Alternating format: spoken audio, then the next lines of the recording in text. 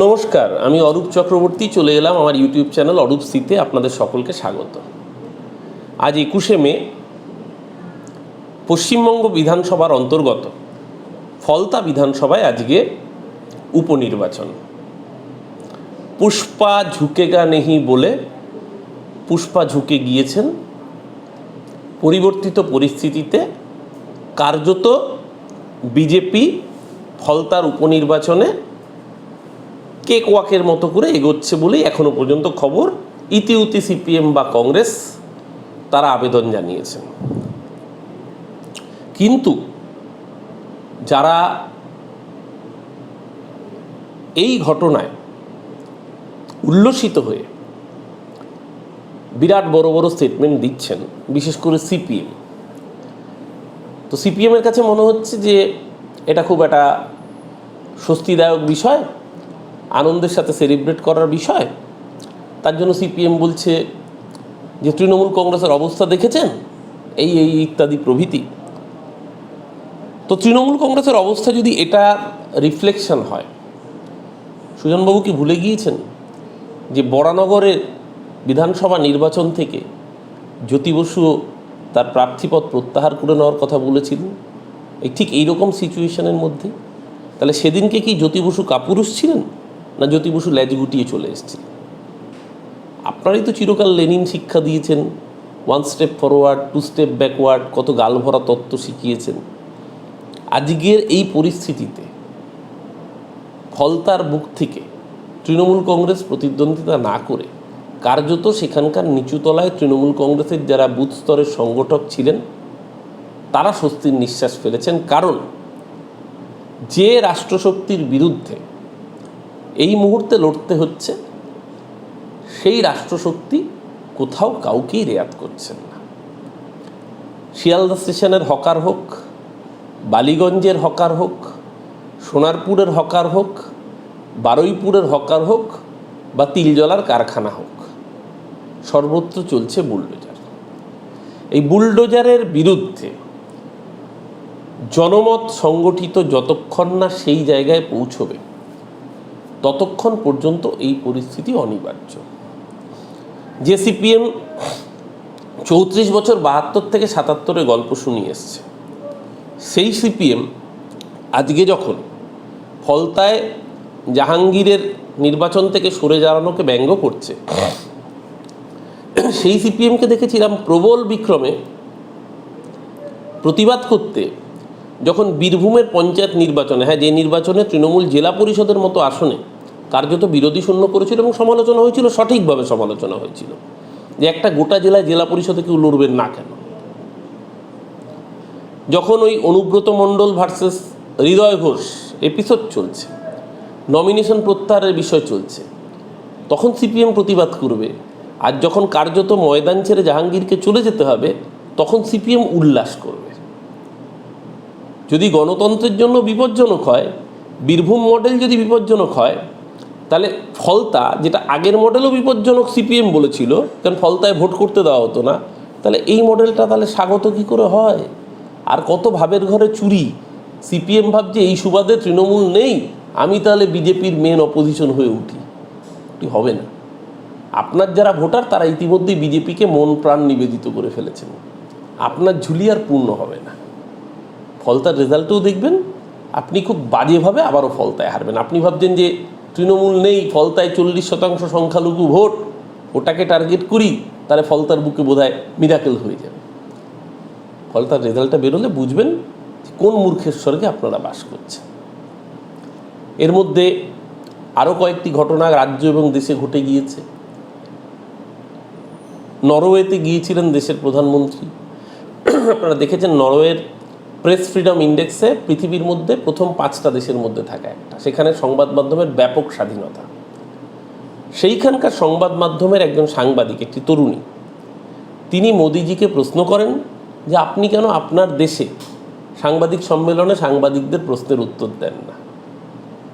সেই প্রশ্নেরও উত্তর না দিয়ে তিনি গটগট করে হেঁটে বেরিয়ে যান। কিন্তু গোটা বিশ্বে সেই ভিডিও প্রবলভাবে সমালোচিত হয়ে ছড়িয়ে পড়ে। এতে কি দেশের খুব মুখ উজ্জ্বল হচ্ছে? রোমে যাচ্ছেন দেশের প্রধানমন্ত্রী, ইটালির প্রেসিডেন্ট মেলানির সাথে যোগাযোগ করতে, দেখা করতে, সৌজন্য সাক্ষাৎ, কূটনৈতিক সাক্ষাৎ। তিনি তাকে মেলোডি চকলেট উপহার দিচ্ছেন। মানে এটা দুই রাষ্ট্রপ্রধানের সাক্ষাৎকার না ছেলে খেলা হচ্ছে, মানুষ বুঝতে পারছে না। মানে দেশের প্রধানমন্ত্রী নরেন্দ্র মোদী 140 কোটি ভারতবাসী রিপ্রেজেন্ট করেন, তিনি পার্লের মেলোডি চকলেট উপহার দিয়ে সেটাকে আবার ভিডিও করছেন, রিলস হচ্ছে। এটা কি রিলসের সরকার না রিয়েলের সরকার? প্রশ্ন করা ক্রমশ কঠিন হয়ে যাচ্ছে। ইতিমধ্যেই পশ্চিমবঙ্গ সরকার একটি নির্দেশিকা জারি করেছে। হ্যাঁ, এই নির্দেশিকা পূর্বতন তৃণমূল কংগ্রেস সরকারের বেলায় একবার আনা হয়েছিল, সম্ভবত 2012 সালে পার্কস্ট্রিট কাণ্ডের পরে, যে সরকারি কর্মচারীরা তারা সংবাদ মাধ্যমের কাছে মুখ খুলতে পারবেন কি না। সেই সার্কুলারকেই আবার নতুন করে সামনে আনা হয়েছে। আবারও প্রশ্ন উঠবে, কারণ সেই সময় একটি কলেজের অধ্যক্ষ পরবর্তীকালে তিনি এই ঘটনাটিকে চ্যালেঞ্জ করে কলকাতা হাইকোর্টে গিয়েছিলেন, এবং তিনি বামপন্থী মনোনয়ন, তৃণমূলের সরকার তখন। সেই সময় কলকাতা হাইকোর্ট সেই ঘটনায় স্টে দেয় এবং পরিষ্কার বলে এটা বাক স্বাধীনতায় হস্তক্ষেপ করা হচ্ছে, সরকার এটা করতে পারে না। আজকে যে নোটিফিকেশান এসছে, সেই নোটিফিকেশানের ফলে আগামী দিন কোনো অধ্যাপক, কোনো শিক্ষক, কোনো সরকারি কর্মচারী কোনো মিডিয়ায় বসে স্টেটমেন্ট দিতে পারবেন না। মানে ধরুন, এই যে এবিপি আনন্দে বসে বিশ্বনাথ চক্রবর্তী, তিনি মোটামুটি আলপিন থেকে এলিফ্যান্ট, ধর্ম থেকে জিরাফ, রাশিয়া ইউক্রেন যুদ্ধ থেকে শুরু করে আমেরিকা ইসরায়েল ভার্সেস ইরান, পেট্রোলের দাম, হরমুজ প্রণালীর বিশেষজ্ঞ থেকে শুরু করে তিনি একেবারে এই নন্দীগ্রামের বাই ইলেকশন, সবেতেই যিনি বিশেষজ্ঞের ভূমিকায় মতামত দেন। তো তারা যদি মতামত দিতে না পারেন, তাহলে বাঙালি জাতির তো সমূহ সর্বনাশ হয়ে যেতে পারে। আমার মনে হয় এই সিদ্ধান্ত আবারও রোলব্যাক করবে, কারণ এই সিদ্ধান্তটা গিয়ে কোথাও সংবিধানের যে fundamental rights, freedom of speech, সেই ফ্রিডম অফ স্পিচের পরিপন্থী।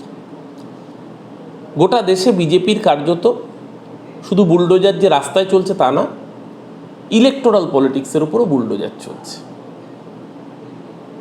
কিন্তু ওই বজ্র আটনির মধ্যেই ফসকা গেরো থাকে, সেই ফসকা গেরো কিন্তু গোটা দেশের মানুষ দেখিয়ে দিচ্ছে।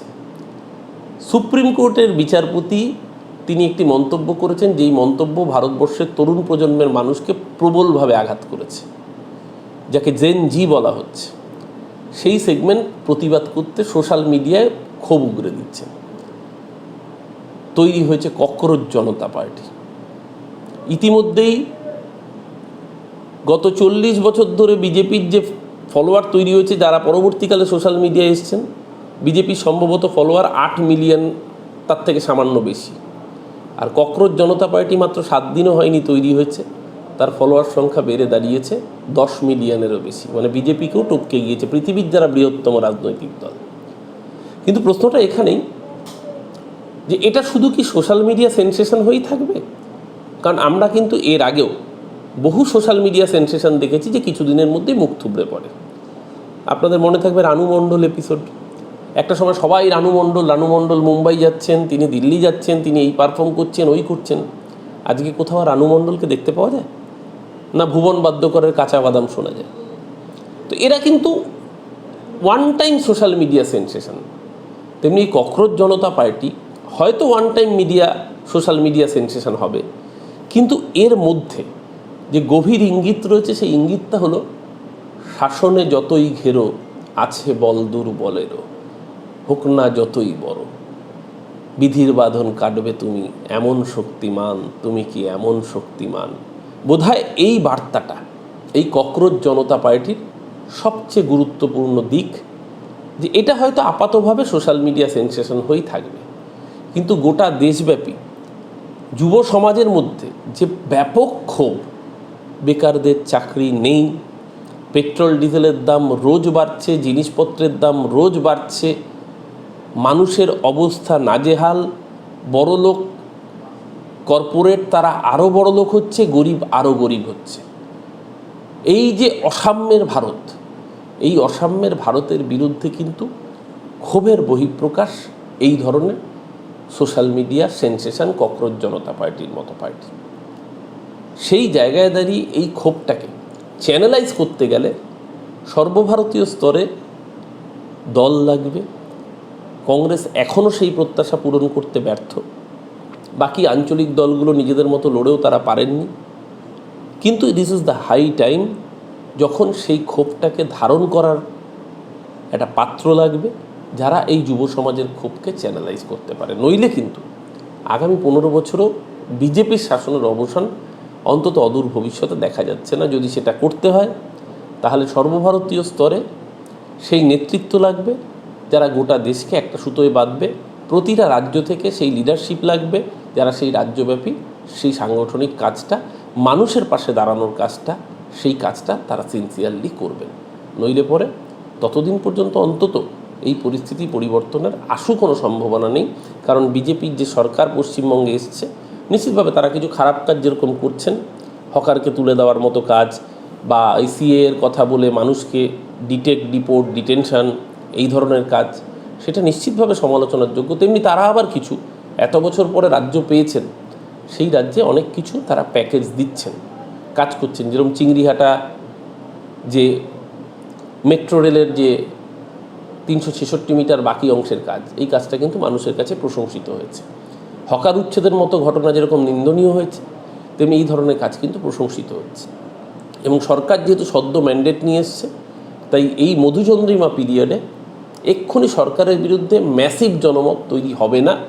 সেই সুযোগটাকে কাজে লাগিয়ে বিজেপিও আগামী দিন পশ্চিমবঙ্গে তাদের স্ট্রংগেস্ট বেস তৈরি করতে পারে কি না, রাজনীতির ছাত্র হিসেবে সেই দিকেও আমাদের নজর থাকবে। ততক্ষণ পর্যন্ত আপনারাও অবজার্ভ রাখুন।